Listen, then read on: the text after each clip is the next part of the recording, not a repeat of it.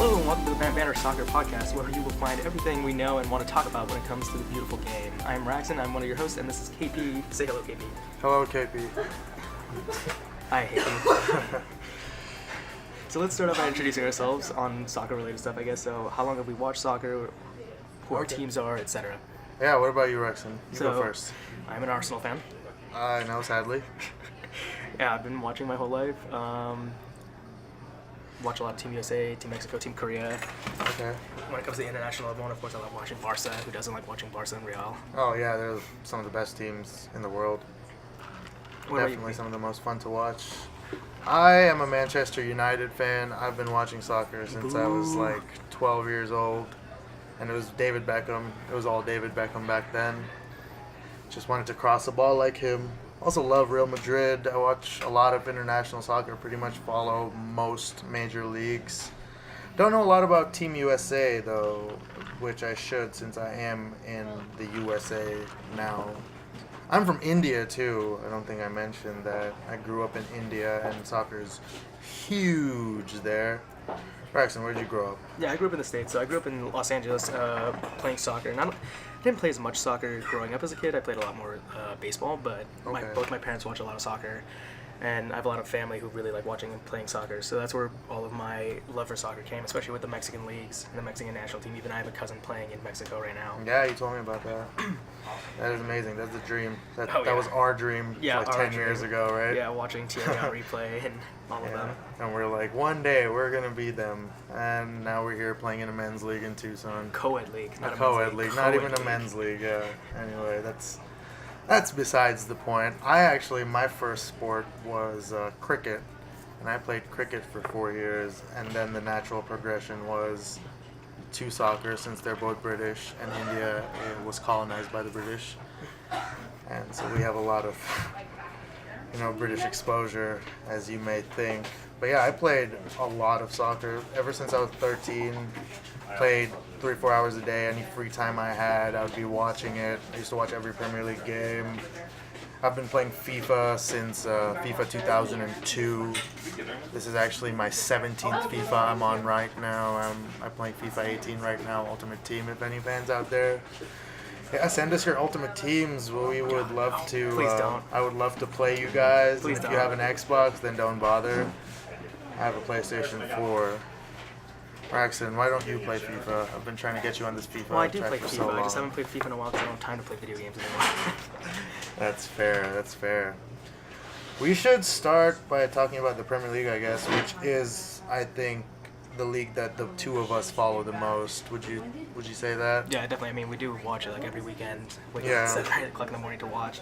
So yeah, I definitely think that the Premier League is definitely our most watched league. But we definitely keep in touch with everything else going on. Yeah, we do. Especially the big games. Whenever there's a derby, whether it's Italian, whether it's French, whether it's Spanish, we're usually watching it. We're usually giving our criticism and analysis.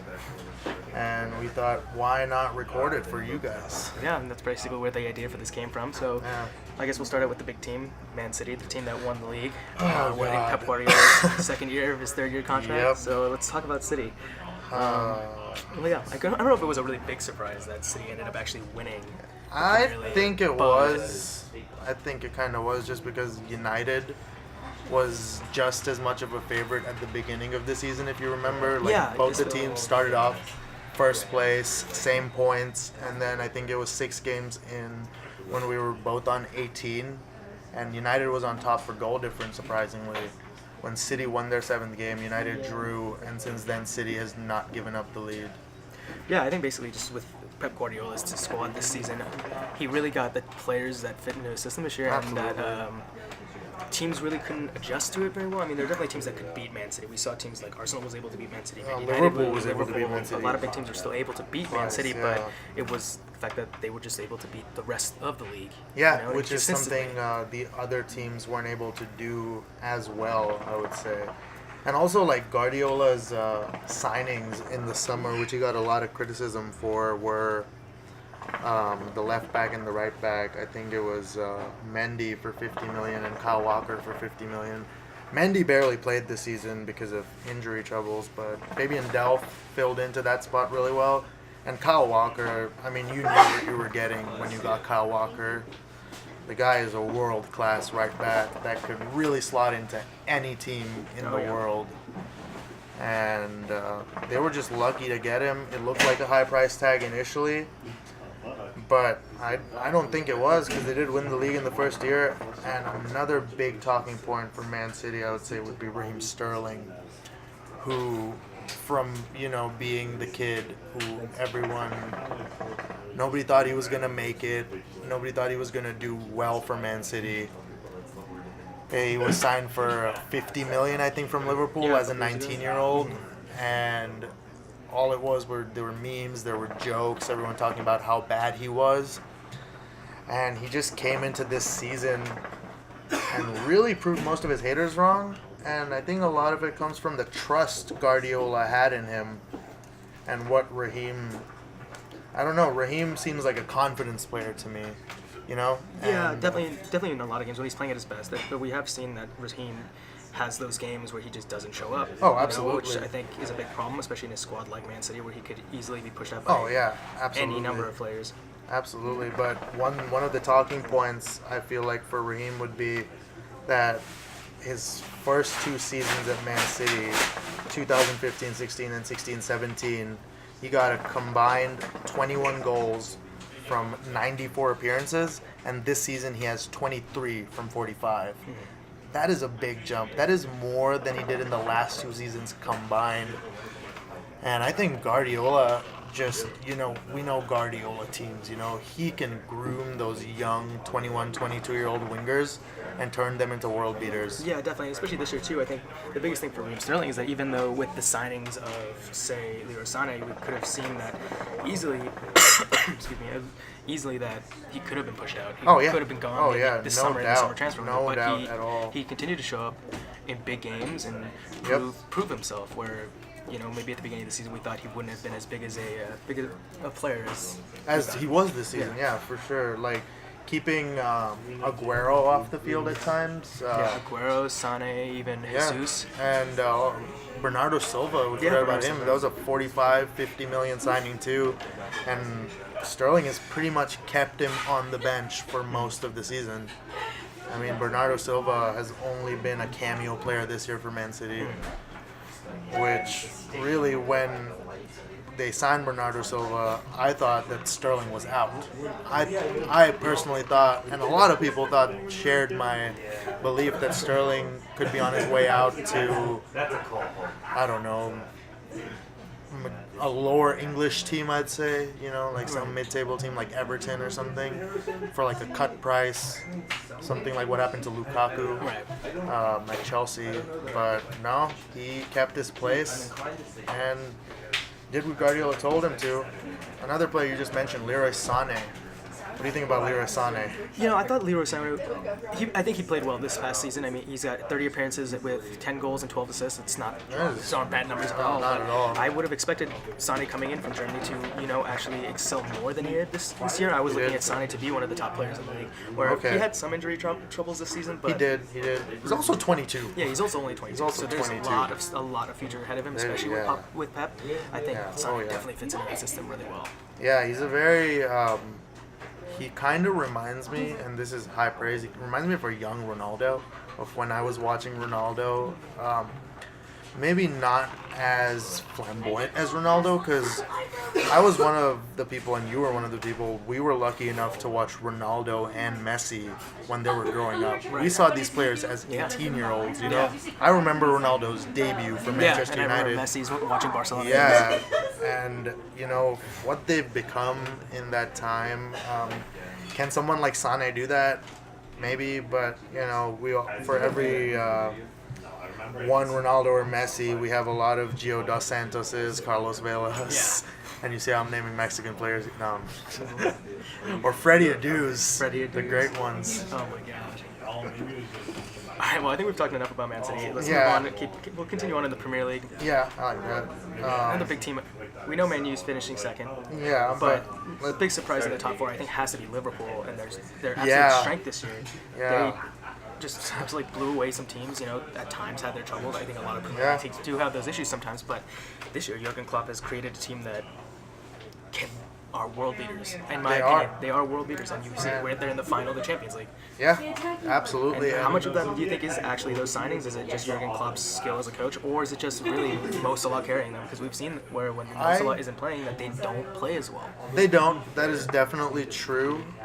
I personally feel one of the biggest factors to Liverpool having a resurgence after January. If you look at Liverpool has started playing well after January, and a lot of it came down to, and this might be an unpopular opinion, but Philippe Coutinho leaving and Virgil van Dijk coming in, because they got rid of a player who, and this is a bad word again, a luxury player. Philippe Coutinho is a luxury player, in my opinion. He's of the class of, Juan Mata, Mesut Ozil, where these players will win you stuff, and these players, if they have like an outlet, they need someone to score those goals, because Philippe Coutinho is never going to score 50 goals for you. Philippe Coutinho's not going to take a game by its horns, as you say, and like win it for you. Mo Salah is one of those players, but he didn't get to do it till Philippe Coutinho left. So I think Philippe Coutinho leaving was one of the biggest things. And Jurgen Klopp's caliber is, what can we even say about that? He won 2 titles with Dortmund in that Bayern-dominated era. In the middle of it, he won 2 back-to-back titles with Dortmund, got them to a Champions League final, had no money to spend. Jurgen Klopp is an amazing manager. Yeah, definitely. I think we do see those issues with Liverpool, especially in their defense, but they're one of those teams that, they just, maybe it's that German style of coaching, that German style of play where they just keep attacking you. It's that Blitzkrieg style where they just keep coming at you. They say, you know what, if we're going to score 5-6 goals and you're going to score 1 or 2, we're still going to win. You got to try to catch us, And it's definitely shown that style does work, at least in the Premier League it does. That's, they have a very just blow-for-blow kind of style. It's almost like a boxer who doesn't care how much he gets hit as long as he gets the final hit. So they're fine winning games 5-4, 4-3. And that was, funnily enough, a characteristic of the United team that won a lot of leagues. The later years Fergie team, which was defensively very frail after Vidic and Ferdinand left, but they won a league. They won 2 leagues in 3 years with this team that nobody thought they could do anything, but they just scored more than the other team. I think they conceded 50 goals that season, and they still won the league. And I could see Liverpool pulling something like that out, maybe next year, maybe the year after. But yeah, Liverpool has been hard for me is to say that Liverpool has been just incredible this year. It's very hard for me to say. But Man City and Liverpool, what teams to start for a United fan? Right. All right, with that, let's take a little short break just so we can mention some sponsors, I guess. Absolutely. So if you are listening here, and hear some people in the background, we are here at Espresso Art Cafe here in Tucson, Arizona. The owner has gladly let us record in here, and we know personally he does a lot for us, so we're very thankful for him. So if you're ever in Tucson, please visit Espresso Art Cafe. It's a full cafe, full bar, and people lunch, so if you want to hit any of their vices, that's definitely a place to go. Absolutely. You know what? Let's go to your team, Raxon. Let's go Arsenal. to the enigma that is Arsenal under Arsene Wenger. Yeah, well, I don't know. Well, yes, it's become an enigma the past 2 years. These are the first 2 years I'd that say we've more finished. like 5 or 6. Well, yes, because this season, and the season before, are the first 2 seasons that we have finished outside of the top four under Arsene in the 22 years. Yeah. And yeah, I think there's definitely been a big change in the past couple of years. I mean, we've been spending a lot more. People think that Arsene doesn't spend, but you know what? The past couple of years, think about it. Oh, he the has. Introduction of Ozil, Sanchez, Aubameyang, Lacazette, and these aren't just players. He's not just getting these players. We've seen guys Xhaka come in. Absolutely. We've seen guys like Mustafi come in. Yeah, big name signings. Big name signings, all in seasons where they do sign other players like Alexis or Ozil. And to say that he's not a big money signer is, not, he's maybe not spending $100 million, $200 million. Oh, of course. Like Man yeah, City, but he's signing his 2 big players every year, which is still gaining. Yeah, which is what you really need to do. I think Arsenal's lack of spending was a lot to do with the Emirates, and that's been paid off. Yeah, of course. And now Arsenal, the checkbook's open. All that money that was going to paying off the loan that they took to build that stadium. Right. I think it was a loan. They were paying that back for a long time. It's a great stadium. Also a cursed stadium because you haven't won a league since you moved to the Emirates. Right. But do you think that the spending issue is really the problem, or is it something else? No, I don't think the spending issue is the problem. I think Arsenal doesn't have a spine. Arsenal doesn't have a backbone. Arsenal hasn't had a backbone since Patrick Vieira, and that was a long time ago. Patrick Vieira was the last spine player Arsenal had. They signed some players who had potential to be that player. One of the saddest ones, a player I enjoyed watching a lot, even though I'm not the biggest fan of Arsenal, but Abu Diaby, I don't know if you remember him. Abu Diaby could have been that Patrick Vieira player. Yeah, if he had actually played a game. Yeah, and then it comes down to injuries again with Arsenal, because they constantly sign these players who only get 20 games a season. And this is all competition. I'm not just saying these 20, 25 game a season players. You can't sign those and then hope that you're going to win a league. You know? Especially in a league as competitive as the Premier League, because having that one injury for one game could cost you a game. Oh, absolutely. Imagine Liverpool not having someone like Mo Salah for the Champions League final. But imagine Liverpool not having someone like Mo Salah for the final, or even what if they didn't have him against Roma, something like that. Right. And Arsenal is one of the teams that suffers from something like that constantly, where they constantly have these star players just not there for the big games. Right, exactly. And I think that is a huge issue. I think one of the biggest issues too, is that right now we see how the strength of Pep Guardiola's style. It worked in La Liga, it worked in Bundesliga, now it's working in the Premier League. And I think it's not just an Arsene Wenger problem, but it's also other coaching. They don't catch up to these new styles of teams, and the new styles are dominating. They're absolutely dominating. Absolutely. Arsenal just kind of got stuck in trying to be Barcelona almost.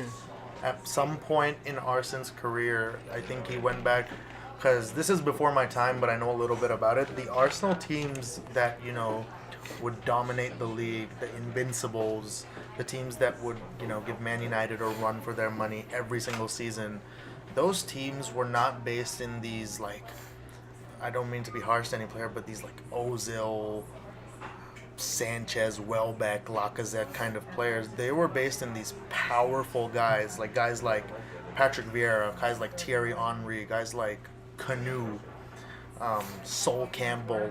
These are big humans. These are these guys are 6'3", 200 pounds, and when a team full of giants comes on to play you, you're scared. And on top of that, they were just as technically gifted. They were just as technically gifted as they were big and strong. And Arsene just kind of went away with that after the signing of Fabregas, which is so long ago. And then he started signing all these, fancy, technical, skillful Spanish small players like Santi Cazorla, even Aaron Ramsey. Now this is just for something to compare. Aaron Ramsey is considered a hard player at Arsenal. Aaron Ramsey is one of those players that is considered, he goes in for a tackle. But on any other team, Aaron Ramsey would not have that role. But he has to for Arsenal because they don't have anyone else. Yeah. You said that before, it was like Mikel Arteta, but he wasn't the biggest dude. Jack Wilshere. Yeah, these are all just small, quick, pacey players. They need to be offset with guys sometimes you just need pace and power. And it's as simple as that. That's the one thing you can't teach in soccer. Yeah. Is pace and power. Right, but do you think now, I don't really think there are teams out there with that kind of power. The style has changed. You don't see teams with these big guys anymore. You see teams with a player. Oh, absolutely. You get Barcelona with Sergio Busquets. Oh, of course. You don't need a full team of those players, but you need some of those players. You need 2 or 3, 4 in your team who are going to do that dirty work, Madrid has a Casemiro, Madrid has a Sergio Ramos. Madrid used to have a Pepe. These are players who don't care. These are players who will go into a tackle. These are players who will get hit, get back up, and then go into that tackle again. These are not players who are going to get tackled once and then, not get back up, be stretchered off, which you see happen in Arsenal so much. Yeah. I mean, we did just see the loss of Koscielny. Yeah, to like, that's what I'm Achilles, saying. but I mean, that wasn't really, like a tackle or something like that. It was kind of just a freak accident. It was, but I mean... But we do have that issue. It's the same thing. Get hurt all the time. Same thing. Koscielny's was a freak accident, but when freak accidents keep happening to all your players over the span of 10 years, 15 years, there's something wrong. Yeah, there's something going on in the system. And I don't know enough about Arsenal to really... I mean, that's something that happens in practice that we don't really see. We don't know what's going on. Maybe exactly. Arsenal is just a tough coach. Maybe they're out there running every single day, and that's breaking him down, or maybe it's not enough training. Like what happened to Van Persie? Yeah. Like Van Persie, the season he left Arsenal, what did he do? Top scorer of the Premier League, wins the league with Man United. First season, he leaves Arsenal. Right. Something to do with the training. It has to be. These players can't keep getting injured and just keep using that as an excuse, because after a while, it's like if it keeps happening, there's something wrong. Right. Something wrong fundamentally. All right, well, that's, I think, a good transition from Arsenal to Man United. Why don't we talk a little bit about Man U? I mean, they had a great season this year, coming in second from their 6th place finish last year. So I think it's a huge turnaround, especially when you're talking about the top 4. Under Jose Mourinho, I think in his 3rd year now. Second year. Yeah, he was. This is actually the fun fact. This is the first year Jose Mourinho hasn't won the league in his 2nd year at any club he's been at. This is the first year that's happened, and Guardiola takes a lot of that credit. Yeah. But United, it's one of those things. It's like all those years Messi and Ronaldo were dominating world soccer. There was an Ibrahimovic. Right. And he was there, and he could have been just as good as them, but there was just someone better. And that's kind of what happened to United this year. People have been, I don't know if you've heard in news and in the publications, people have been saying United's not doing well, they're not playing well, the team needs to change. Right, but they're sitting in second. They're sitting in second, they got to the Champions League quarterfinal, and they're in the FA Cup final. I mean, which team except Man City or even Liverpool would not take that right now? Right. Would not take that without a question. Yeah, I mean, you're looking at teams like Chelsea right now, who were the champions and now sitting in 5th or 6th? Fifth, yeah. And Mourinho, just his style, it's not pleasing to the eye. Yeah. It can be, but he's just one of those guys who goes at big games with a game plan in a big game, you know? And that's how we beat Man City. Yeah. I mean, there was a game plan in play there. It wasn't just Mourinho just saying, just attack them, let's see what happens. But that's something Arsenal does a lot. And what happens when they attack a team that's better attacking than them? It doesn't go well. And so Mourinho is just one of those reactive managers. He's a counter-attacking manager. He likes to keep his defense tight. He's a strict manager. And I don't know. I think United did really well this year. I'm very happy with the season. We could have won the league, but some players, key moments, didn't perform. Lukaku's still acclimatizing, but still scored like almost 30 goals. This is by no means a bad season for any striker scoring 30 goals. Pogba is, again, price tag is making him... I mean, people are saying all these bad things about Pogba. And I think it's only because of his price tag, because if we got him for, say, 60 million, everyone's like, what a great signing, what an amazing signing. So I think you just have to take the price tags out of the window in today's transfer climate, because there are players going for 226 million. There are 19-year-olds going for like 170 million, Mbappe. And so you can't measure a player by his price tag anymore, because the price tags don't matter anymore. And I think United did great. I think they did really well this season, especially compared to last season. But I think the issue I have with Man United is that, yes, they come into a game with a game plan. They go in every single knowing what they're going to do. Yeah. But I think the issue more is that they don't have consistency. If you're changing the squad every single game, it does work. I mean, it definitely works well in some leagues. But when you're coming to the Premier League, you have to have some kind of consistency in your team. You have to have a style. Your team has to have a flair to it. Absolutely. And right now, Man United doesn't have that flair. Yeah. We thought it would happen with the addition of Pogba and Lukaku, but it really wasn't. It really wasn't that. No, I totally agree with you, because United just seemed to show up for a game, and we just look at the last 2 weeks. So I think they lost 1-0 after they beat Man City. Yeah, was it to Huddersfield? I think to Huddersfield. Yeah, and they just lost 1-0 again to Brighton. Yeah. Yeah, and it's just, I don't know if it's like a motivation. I don't know if they because the other teams have been losing, like, what's it called? Liverpool has lost, like, 2 games or drew 1, lost 1. So Man United kind of knew second place was, like, done. Because it is done now. Yeah, There's no it's way pretty much over. It's any team championship can... Sunday on Sunday. Yeah. So there's not much that could be...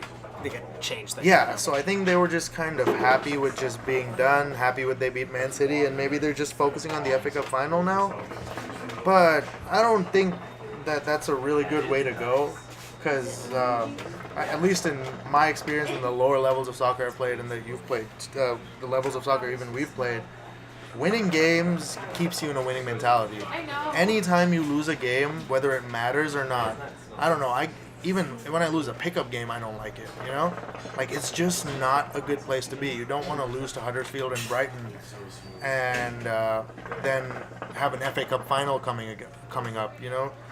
It's not good, but maybe they'll do well in the FA Cup. I mean, everyone thought they were going to lose the Europa League final to Ajax for some reason, which they won comfortably. But again, the pundits were saying the same thing. They were like, oh, the style, the this, the that. And they just went in there.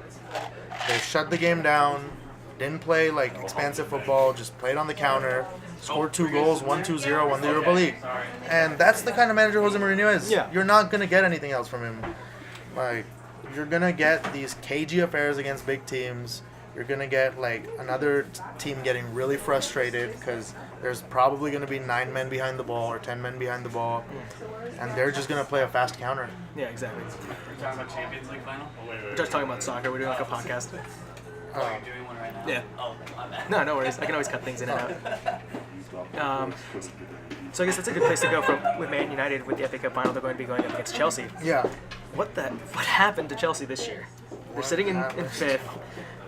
Antonio Conte's team this year didn't look the same as last year. I think I can answer that question with 1 word, or 2 words actually, Nemanja Matic. I mean, it's pretty simple. When they got rid of Matic, that just had everyone baffled. I think United were baffled that they got Matic from them because he was like their pivot, and you need a pivot. You need that player who does the dirty work for you. And they tried to replace him with Bakayoko, who was good in Ligue 1, but he's just... Yeah, but Ligue 1 and the Premier League are 2 very different leagues. And he's more flary. He's, he likes to run forward more. Matic will stay back. Matic will stay there, and he'll always be there in that position you need him to be, defending for you, being the 3rd center back when the team is attacking. And you can't replace players like that. There are no players like that anymore. But they still have players like N'Golo Kante, and then they acquired Zappacosta. Tim Cahill, surprisingly, who didn't really play. Cahill. Yeah, sorry, Gary Cahill. Gary Cahill didn't end up playing that much this season. No. The captain of England. Yeah, that was just some strange transfer decisions. Even buying Morata. Like I didn't want Morata for United when, because I don't know if you probably remember when the transfer things were going on. Morata was going to United and Lukaku was going to Chelsea. Right. That was the whole thing. Yeah. But then Lukaku went to United, and I think Chelsea panic bought Morata. And Morata is just not that striker. Morata is a second striker at best. He's just not your center forward target man or poacher, he's just not that player. He's not going to get you 30 goals a season. He is not going to win you a league. Diego Costa will win you a league. Yeah. Yeah, Diego Costa is, a dick, but Diego Costa will win you a league. Diego Costa will push, elbow, punch his way into 30 goals every season. And just, Conte, it was strange, the whole thing with Diego Costa too. That they didn't like each other. And that was just strange to me because that's your top scorer. That guy put himself on the line for you, and you just don't like his attitude. That was the whole thing. That was all it was. He's like, I don't like his attitude. I'm not gonna let him play. Yeah, no attitude for that. Where is Barrett? Did you see him? I think he's next door. If he's not, because he Tell might him have the check is there. Okay. Yeah, It's so smooth. It's like honestly cool. Yeah, and I think they had a big issue this year too with Chelsea. I'm looking at some of the stats here. You've got guys like Ross Barkley, who they signed appearances 1. Morata, 29 appearances, Didn't he 11 get goals. injured? I think he got injured in his first game. Yeah, in his first appearance. And then you guys, Pedro, 29 appearances, but only 4 goals, 2 assists. Morata, 29, 11 goals, 6 assists. Again, They just don't have players that are doing anything. Pedro, that signing was like, what? Why are you sign? Why did they sign Pedro? I mean, he was good at Barcelona, but he was. But he had Messi in front of him. Pedro was a complete supportive player. Like Pedro at no point, was holding the torch for Barcelona. Right. Pedro was always behind 2 or 3 people, and he did a job for them. And now Chelsea suddenly buy him, and they're like, "Hey, you're gonna be our star winger." It doesn't work like that. Like I know Hazard is a star winger, but they wanted Pedro to do the same thing on the right, kind of, and what Hazard is doing on the left. I mean, Hazard though, no complaints. Nothing. Can't say a bad word about Eden Hazard. Yeah, but even Hazard, only 12 goals on the year. That's he was supposed to always have another been break that's every all year, though. that's been his biggest problem Yeah. though. It almost is his feels like goals. every year is supposed to be a breakout yeah. year for Hazard. He's going to be scoring 30 I think goals. last He's year going to he lead the scored. league, but he I think hasn't last really year done. he did pretty well. Yeah, I'm not. Even saying that, Hazard really hasn't Yeah. been that talk about guy. You think about other teams, No. everyone's always talking about Aguero or Harry Kane, Yeah. teams like that. No, Or players Hazard. like that. Yeah, he doesn't do that. He doesn't do that, and that's what happened to Chelsea. They lost that player in Diego Costa, who was going to score 30 goals for them. First of all, because Diego Costa does that every year, 25 to 30 goals, like almost without a doubt. When you sign him and you have good support behind him, he'll score goals for you. They lost their pivot in Matic, replaced him with a French kid, a young kid, Bakayoko. I don't know how young he is, but he's definitely does not have the high level experience. And He's 23. There you go. He is very young, and it just doesn't work like that. You can't. It's not FIFA. You are not controlling those players. These are like real people, and you can't just fit in these young players and hope, it's gonna work out. Because the one thing that is the difference between, say, like a video game and real life is experience actually matters in real life. And like if you're just looking at it theoretically, experience, you can't really gauge what experience is and how good a player is mentally. It's very hard to gauge. But yeah, losing someone like Matic really killed them. I think if they still had Matic today, they would definitely be in the top 4, even with Morata. Yeah, I think it's going to be tough to see what they do now with Chelsea because there's definitely going to be a lot of movement going on this summer. Maybe even Antonio Conte leaving is a rumor. Oh, So absolutely. we'll see what ends up happening for next year. And Eden Hazard to Real Madrid. no, they're going to go for they'll go for Mo Salah first. Mo Salah, yeah, but that's always a rumor. Eden Hazard to Real Madrid. Been hearing it for since he's been at Chelsea, really. Yeah. So let's talk a little bit more about the other teams in the league. I mean, there's Tottenham, who really have just been Tottenham. There's nothing really going on there. They're still just putting on pressure. Spoken like a true Arsenal fan. That aside, look at what they've done this year. They're sitting in 4th. But like, Arsenal is sitting in 6th. Yeah, I know, but look at the difference between Tottenham and Arsenal. Harry Kane is one of the league's leading goal scorers. You've got I an know. incredible team behind them with Dele Alli, Yeah. but they still can't break to the top. They still can't get Yeah. far enough forward to actually really compete for a league title.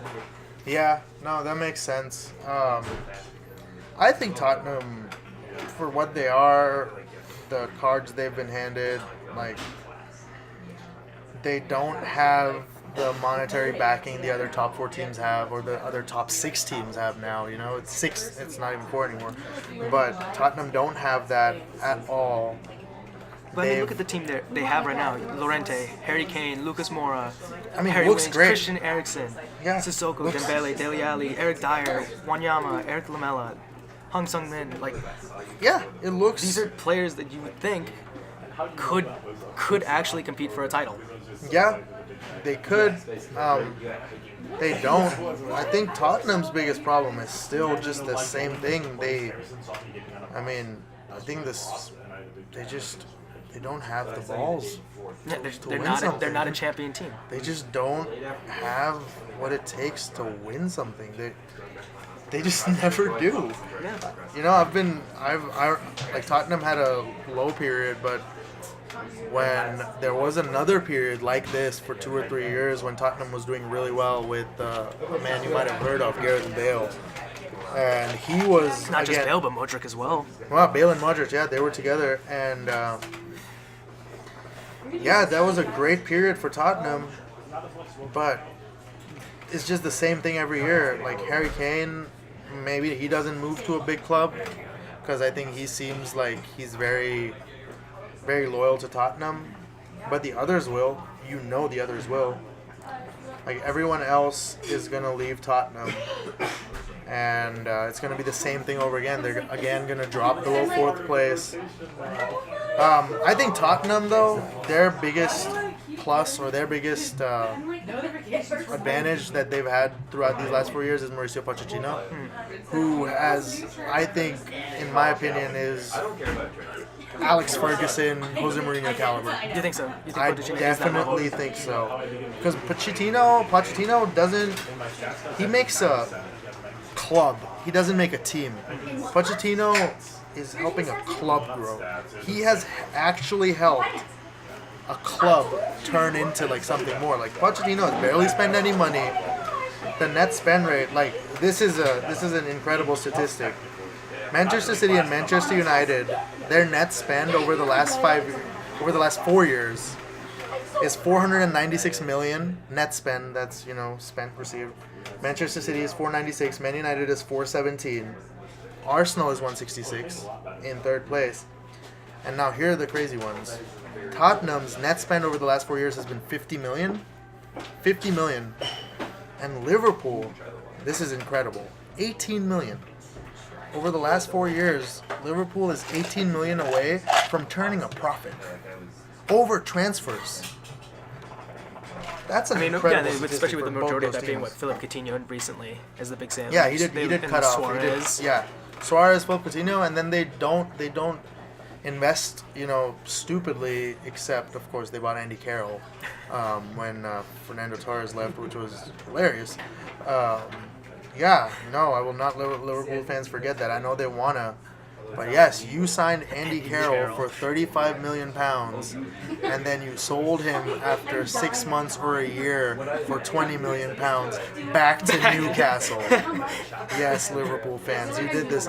You know what you also did, Liverpool fans? I'm a United fan talking here. You bought Robbie Keane in the fall once. You bought Robbie Keane in August, and you sold him for a loss of $5 million in January. This is all unrelated. I'm just having a dig at Liverpool. But no, they have done incredibly. 18 million and being in third place right now, and Tottenham with 50 million being in fourth place. Like these two clubs, props to them for actually adhering to financial fair play and actually not, just doing what everyone else is doing and still having a good team. So I respect Tottenham, and Liverpool is doing well. Yeah. Right, let's talk about one more team in the Premier League before we move on to some of the other leagues. The biggest surprise, I think, this season has to be Burnley. Yes, they're going to take over Arsenal. They're not going to take over Arsenal, but with them, they were promoted in the 2015-2016 season in Sean Dyche's second season, and then finished 16th last year, but now jumping up to 7th and getting a spot in Europa. So they didn't spend anything. They didn't go out and buy a $100 million player that's carrying them. Yeah. They built a team that is somehow very successful in the Premier League, even though they just lost 5-0 to Arsenal yesterday. I mean, but you have to put that in. we made one good game this year. I know, right? If you would have lost that game, you would have probably finished 7th. Oh, God. That's good though. I'm glad Arsene did not finish 7th in it. You know what? I'm actually happy that Arsene did not get embarrassed by Burnley in his last game. Yeah, that would have made me sad too, because I enjoyed Arsene. I always respected Arsene. He was another one of those stalwarts who I've been watching since the day I started watching football, soccer, and him and Ferguson's rivalries, they were great. But coming back to Burnley, they have a great defense. They're a good team. They don't have any stars really. They have a great young goalkeeper now. I mean, Nick Pope he's 26 and he's almost has an England shout now. And they have Tom Heaton too, 2 England goalkeepers. So I don't know. Yeah, Burnley is a really good team. How they've done it, that's. I don't know. I really don't know how they've done it. they've been good all around. They've just played together well. Yeah, I think you have to look at this as a team. This Yeah. team as just a team. They're a team, They're no yeah. superstars. There's- Like they're goal scorers. Yeah. They've got a couple of them, but the biggest thing I think is the defense. They've got 35 clean sheets this year. Yeah, That's Which is- monstrous. which is incredible. Oh, that's not this year. No, it's 2000. They have 12 clean sheets. They have 12 tw- clean sheets. yeah, 37 I was goals like, conceded. if they had 35 clean sheets in the league this year, Yeah, no, sorry. they That was would have all been seasons. top of the table. But Yeah. here's the thing: all seasons, the Premier League with Yeah, 30 12 clean sheets, and 12 of them have come this season. Yeah, that So is that's pretty. the majority of their clean that sheets. is Almost the pretty majority of their incredible. clean sheets have come in one season. No, I think they also have one of the least goals conceded. Yeah, they've conceded 37 this season, They've conceded 37 this season. which comes out to about 1 a game. Yeah, and 5 of them were in the last game. Yeah. 5 of them were in the last game, and before those. So if you, I mean, you can't do this, but if you don't count those 5 goals that they conceded against Arsenal, which was just the Arsenal players were hyped, they wanted Arsenal to Arsenal's last get, game. yeah. So if you take away those 5 goals, they conceded 32 goals in 36 games, which would have put them, and this is incredible, joint 3rd best defensive record, and even now they have the 5th best defensive record. They have the 5th best defensive record in the team, in the league. Yeah, and even look at this. They 30 out of 37 matches played, they still have 35 goals, nearly a goal a game. Yeah, This is which still for a a team team that- like that is They're still scoring incredible. against the big teams. Yeah, This is not just a small team beating up on the small teams. No, It's teams. no. It's a small team that's able to compete with no, bigger teams. they've beaten some big teams. Yeah.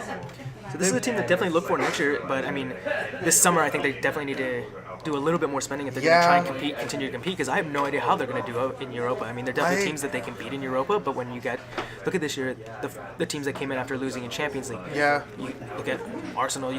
Arsenal's already there. You look at Atletico Madrid. You look at Dortmund.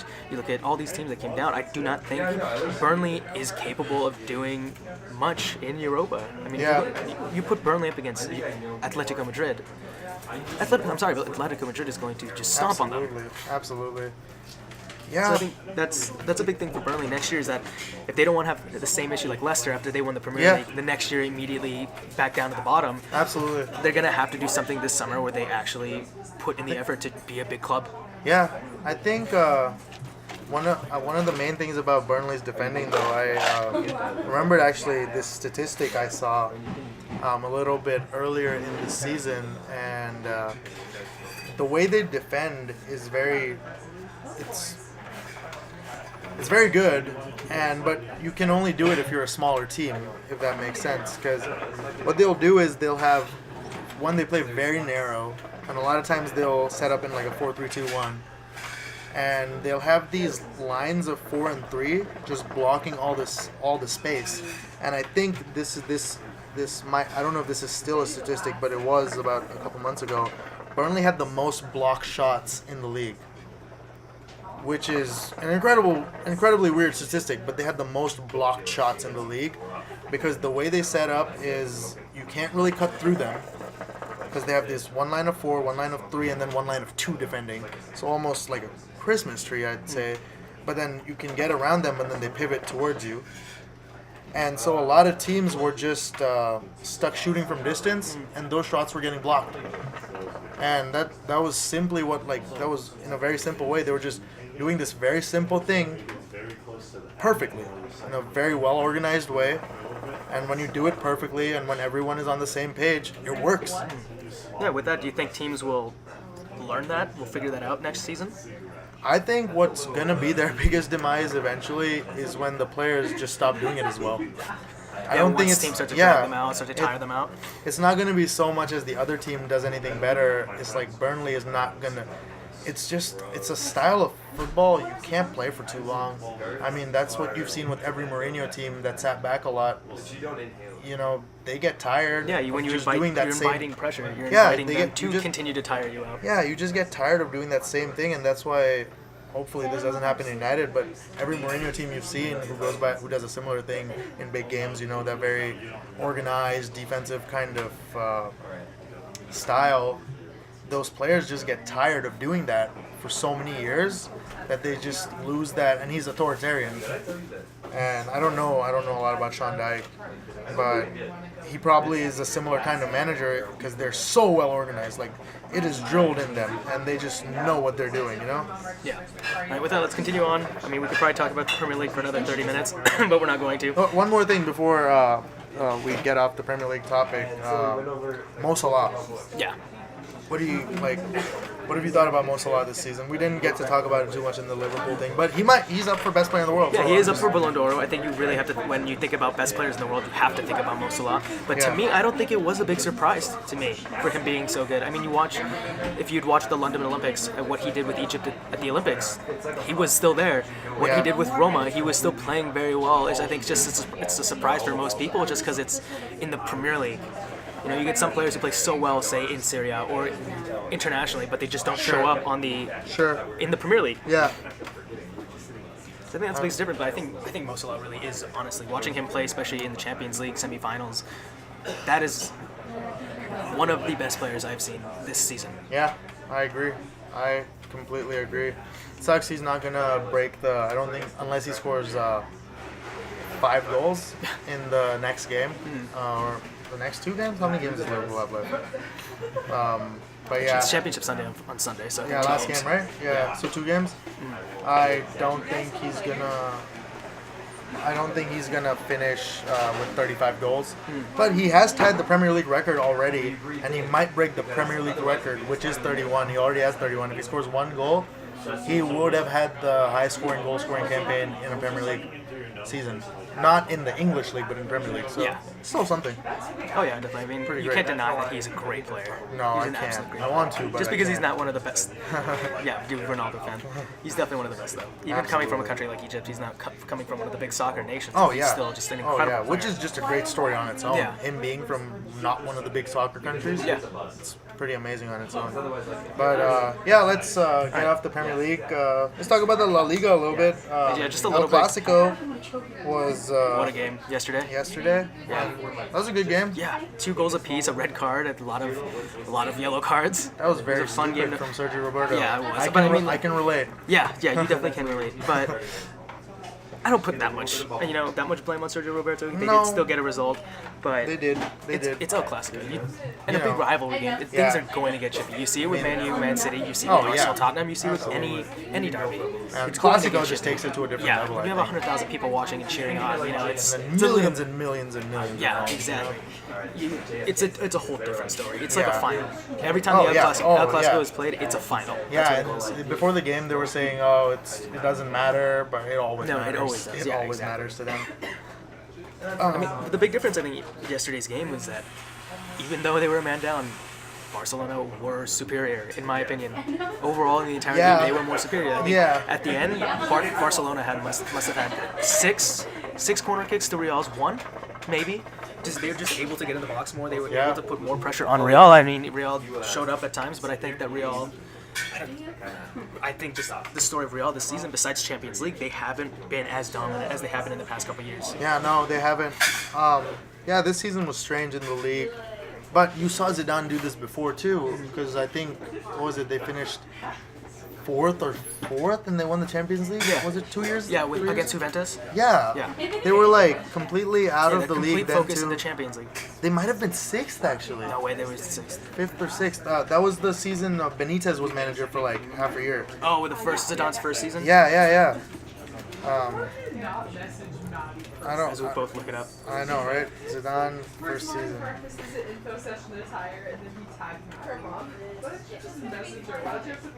I don't remember what they actually finished that Yeah. season. I don't remember what year that was. But anyway, it doesn't matter. Yeah, Madrid looks really good this year Yeah, they look really good, especially in most games. in Champions League. Yeah, I'm Champions talking League, about I mostly think Champions League. Yeah. pretty much unbeatable. Yeah. Even I thought Bayern would have put up a bigger fight, but If they had some of their players. yeah, exactly. Their injuries, especially not having Neuer the entire season. Yeah. But Bayern's still Bayern. But still, with this year, Yeah. you look at Barca's got 87 points. Man. They have do. 87 points. Atletico's 75, and Real was 72, and then the rest of the league down further. But I mean, yes, it's a typical league for La Liga this year. Barca, Atletico, and Real are the top 3, but Atletico's been dropping games. You know, they dropped down to the Europa League. They didn't make it very far. Real's been dropping games left and right. Yeah, exactly. Barca are on an undefeated season. Yeah, Barca looks incredible, and yet, when it came down to the crunch in the Champions League, Yeah, they dropping the lost. game to Roma. They lost. Well, I guess there's not much else to say with La Liga. Yeah, I mean, it's been just pretty Barca talk, straightforward. yeah. Barca's been in the lead for I don't even remember since Yeah, when. they've easily won it a couple months ago. Yeah, it was over in December. Yeah, but I don't know.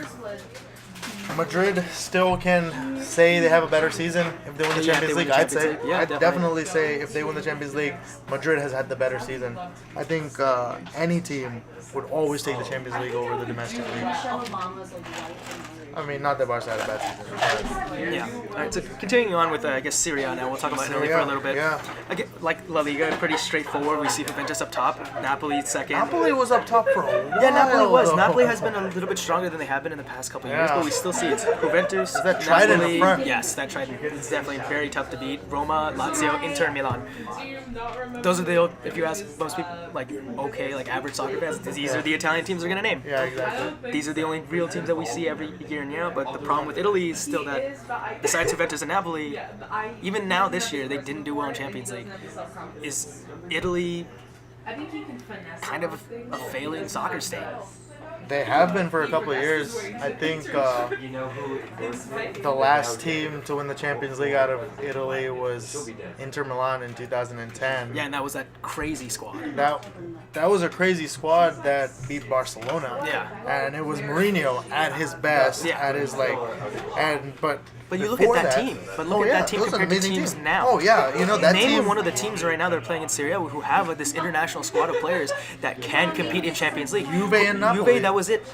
Until last year when Until last year, they yeah. lost Pogba, they lost Pirlo. Their team now is I think Dybala is leading the team. Napoli could do pretty well next year. yeah, I think so too. I think They're very Liverpool-ish. Their style is just very Very all attack, attacking, yeah. and they have it's almost so similar. It's instead of Mane, Salah, and Firmino, they have Callejon, Mertens, and Hamsik. Hamsik. Yeah, so they have those three incredible attacking players. And yeah, I think Napoli could definitely compete next year. Yeah, but I think also you have to think about this from other team standpoints too. I mean, Milan has been, they added 6 players last summer, 6 or 7 players. They built a whole new squad, Yeah. but they're still sitting in 6th. It's Yeah. just, it's not good enough. At a certain point where it's not good enough. Milan makes me sad. Yeah, because I remember the Milan when I started watching soccer. And that was a team that people were scared of. I remember it was a Champions League semifinal that they beat Man United and destroyed us 3-0 at the San Siro. Kaká just ran past our whole team, but they don't have players like Kaká Yeah, anymore. no one wants to go to Oh, no. Italy anymore. Before it used to Yeah. be the fashion. Now everyone's in the Premier League. Even in Spain, or even you could say the Bundesliga, there are a lot of Yeah. great players over there, but Nobody one, wants to go to Italy anymore. It's just not a thing. I mean, we saw some great stuff from Roma this year, but I think Roma is a team like Burnley, even, where they're just very well organized. Yeah, they You were. watch them yeah. play defensively; they're a great team, and Yeah. they know how to counter. With Yeah. Nainggolan and Dzeko, they know They have how some to good counter. players. Yeah, they know how to counter. But besides that, they're not a powerful team. But again, if you look at them, a lot of their good players are Premier League rejects. Yeah. A lot of Napoli's good players, La Liga Premier League rejects. They go over there and they're excelling. And then when it comes to Europe, Yeah, exactly. I mean, with Roma still being able to make it that far and losing to Liverpool. I mean, it was impressive. It was definitely impressive. Especially their win over Barca. Yeah, it was definitely impressive, but that was a freak. That was a one-off. Yeah. So what do you think it's going to take for Italy to kind of get back to that point in their history where they were beating the best in the world? They were the best. You wanted to be the best. You went to Italy. $1 billion TV deal. I mean, that really helped the Premier League. Yeah, yes, it did. Yeah, I mean, but you've seen it now. It also is trickling over internationally. Italy didn't make the World Cup. Italy. Nope. They don't. That's what happens, though. though. They don't have an identity. That's anymore. what happens. That is exactly what happens. A lot of teams in Europe, especially these big leagues, when their leagues aren't doing as well, the teams start to falter too. Yeah. I mean, the South Americans are the only but they all play in Europe. Yeah, exactly. It's not like they play in their own league. No, almost no starters from South America, the big ones. Argentina and Brazil play in Argentina or Brazil or even Uruguay. They don't play in Uruguay. Yeah. So yeah, they have to money. They need a lot of money because like you see what these other teams are offering, they just can't compete. Like they don't have the money to sign a Pogba. They just don't have it anymore. They'll take the money, so they'll make a player great, and then what happens whenever a player becomes really good in Italy? What happens? They all go to the Premier League. He goes to the Premier League, he goes to the La Liga, he goes to the Bundesliga. And with that, we'll go into the Bundesliga. Yeah. And Bayern. It was another Bayern year. But what the difference was this year is just the rest of the league was kind of just I think it was pretty close. crazy. Yeah. Yeah, it's super close. The top, 2 through 8 are all apart by 20 points. Yeah. Something like that. And you see what second place is Schalke, Dortmund, and Hoffenheim, Leverkusen, and then Leipzig. The Leipzig was a big drop this year compared to last year. But I think with Leipzig, we see a lot of teams do something like that. It was 10 points between 2 and it was actually wow. It was 13 points between 2 and 9. Yeah, there you go. Which is 4 games. And I think besides Bayern, Bundesliga is actually incredibly competitive. Maybe not to the level that the Premier League is, but in their own league. Bayern won it by 8 games this year. But Bayern is still Bayern. None of the teams in the Bundesliga have the same kind of spending ability that Bayern does. You know, and that's probably the biggest issue is that no one can compete with Bayern spending. No one can. But besides that, any team could end up finishing in the top 2 through 4. You know, sure. We still see Dortmund coming into the Champions League next year again, but they may not be as strong. But it looks like a lot of the teams in Germany are on rebuilding years. You know. Yeah, that whole period of Dortmund being so good was, I give a lot of it down to Klopp. Yeah, Klopp, and then signings. When you look at the team, it was Lewandowski, Royce. I mean, he signed all those guys though. He did, and a lot of them were youth products, and a lot of them were his signings. And then they sell them all to Bayern. I mean, what do? You need the money. Yeah. I think it'll be interesting to see as these teams continue to start to rebuild, because Dortmund's definitely not the same team that they were 2 years ago. Yeah. You see a lot of the younger players. I mean, yes, they have Götze, Royce, and Kagawa now. Just back. Yeah. All back. Kagawa back, Shaheen back, Götze back. But you look at the team around that, guys that are really excelling are like Christian Pulisic, the American. Guys that are super young and still able to compete at the highest level in the Champions League and even in the Bundesliga. So I think it's going to be interesting. That's the only way a Bundesliga team can compete, I feel like, other than Bayern, is having these young, hungry players. Yeah, which we saw with Leipzig last year. Yeah. You know, but it looked like this year they kind of have a little drop-off. Teams probably kind of figured out Leipzig. Yeah, of course, yeah. That always happens. When a young, fast team comes into a league and you don't know how they play, it's always a little hard at first. But then you figure it out, and this season... I think all these teams are definitely trying to rebuild, definitely grow a little bit. Definitely. And then our final league that we'll talk about, MLS. The only reason I want to add MLS in here is because the past couple of years we've seen a lot of expansion. Absolutely. A lot of expansion is a great thing for MLS in the U.S. Yeah, teams keep increasing. Yeah, teams are increasing their payrolls. We're seeing more ticket sales. More stars. Yeah, and more stars. Yeah, like you said it. If you look at the season standings right now, the Eastern Conference, the top 3 teams are expansion teams. It's Atlanta, NYCFC, and Orlando. Thank you. And then LAFC, the new team this year, are sitting in second in the Western Conference, compared to a team like LA Galaxy, who are actually underneath the playoff line right now. Yeah. In 10 weeks. And we see guys right now in the Vela, Schweinsteiger, Zlatan, David Villa is still there. Oh yeah. All these players coming in here. Pirlo's retired. Gerrard is retired. Gerrard, Lampard, now Ibrahimovic. Yeah, exactly. So with that, do you think expansion is working? Do you think the expansion is working for MLS? Do you see that MLS in the next couple of years potentially being a big league, not a retirement league as some people have called it? No. You don't think so? You think it'll still take mostly because of the geography, where it is.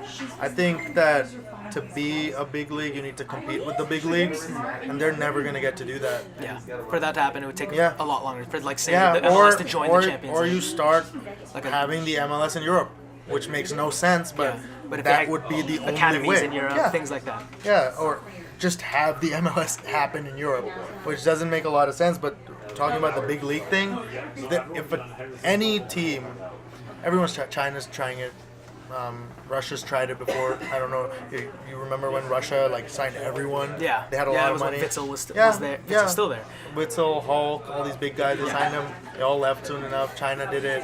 Yeah, China's still doing it. But I think the big difference between the MLS and those they have leagues, a bigger base. They have a bigger base. Fan base, but also they're not spending the money like that.